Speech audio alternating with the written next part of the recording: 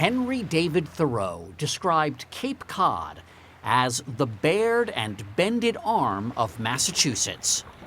If you go to the very, very end of that arm, you'll arrive at Provincetown. The light is like the light out at sea. It's not land light.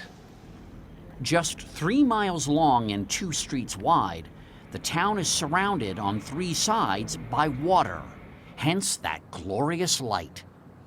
In the words of Norman Mailer, Provincetown is a gaudy run with Mediterranean splashes of color, crowded steep-pitched roofs, fishing piers, and fishing boats. Everybody talks about the light here. How would you describe it? You can't. It changes by the day, by the hour, by the minute. You may have heard of P-Town, as it's known, as a popular summer getaway, especially for gay tourists. It's also one of America's oldest arts colonies, a longtime sanctuary for novelists, playwrights, painters, and pilgrims. Yes, pilgrims. In 1620, the Pilgrims landed first in Provincetown before heading on to Plymouth. And Provincetown has the monument to prove it.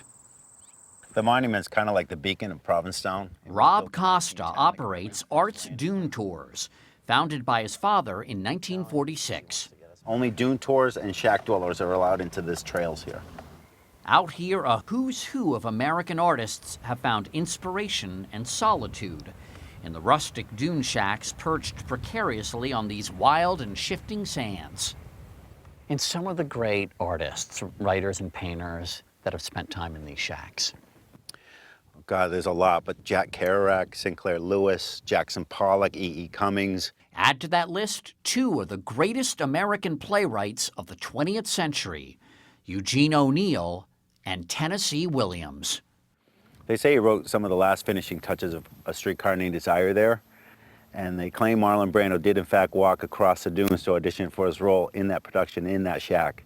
It was a good role. It was worth hiking over the dunes for. Yeah, I guess so, yeah. Yeah.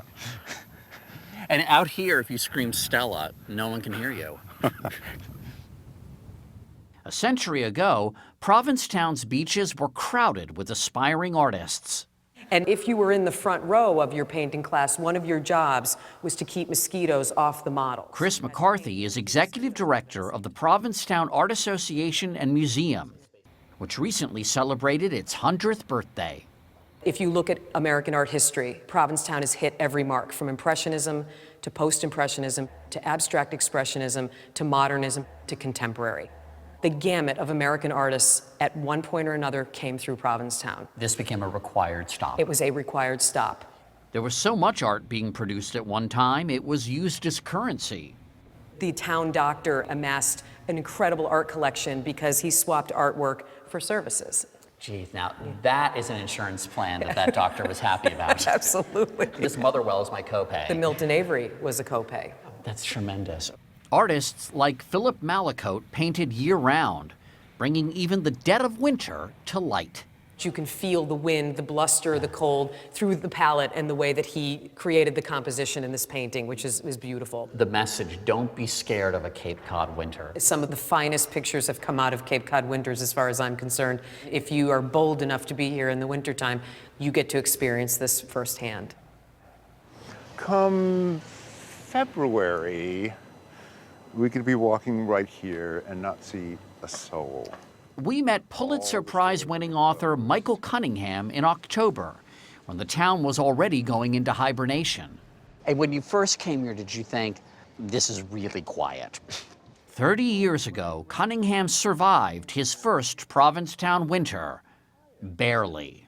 I went a little crazy. I mean, I got cabin fever to the point where I almost required hospitalization. I thought, Still, Cunningham's book about Provincetown is nothing short of a love letter. This is another of those strangely potent places. It's an eccentrics sanctuary. It's one of the very few places I know of that actually prefers peculiarity. They would actually rather there be something a little off about you. the baseline, the default here is eccentric. Exactly, exactly, exactly. I love it when I do this because everybody's an artist, you know, everybody has a little art in them. And Businessman Dave Roberts may not be eccentric, but when he's in Provincetown, well, he's all about the creative. If someone who'd never been to Provincetown asked you to describe it, what would you say? well, you know what I'm going to do? I'm going to quote my beautiful granddaughter, and she had pigtails, and she said, Provincetown's like this. If I had 6 pigtails and every one was a different color, no one would even look at me. Is that beautiful? That is excellent. Yeah. Can you draw a line between the Pilgrims, Eugene O'Neill, Robert Motherwell, and you? I mean, are there similar, is there something similar that drew all these different people to this place? You know, it's slightly mysterious, Provincetown's allure, and I'm perfectly content with it as a mystery. It's remote, it's a little bit wild. There's something about it. I have a feeling that there are going to be a lot of people watching at home saying, that's it, on Monday, I'm quitting my job, I'm moving to Provincetown, I'm going to become the artist that I always wanted to be. Yeah, a lot of people have done that, believe me.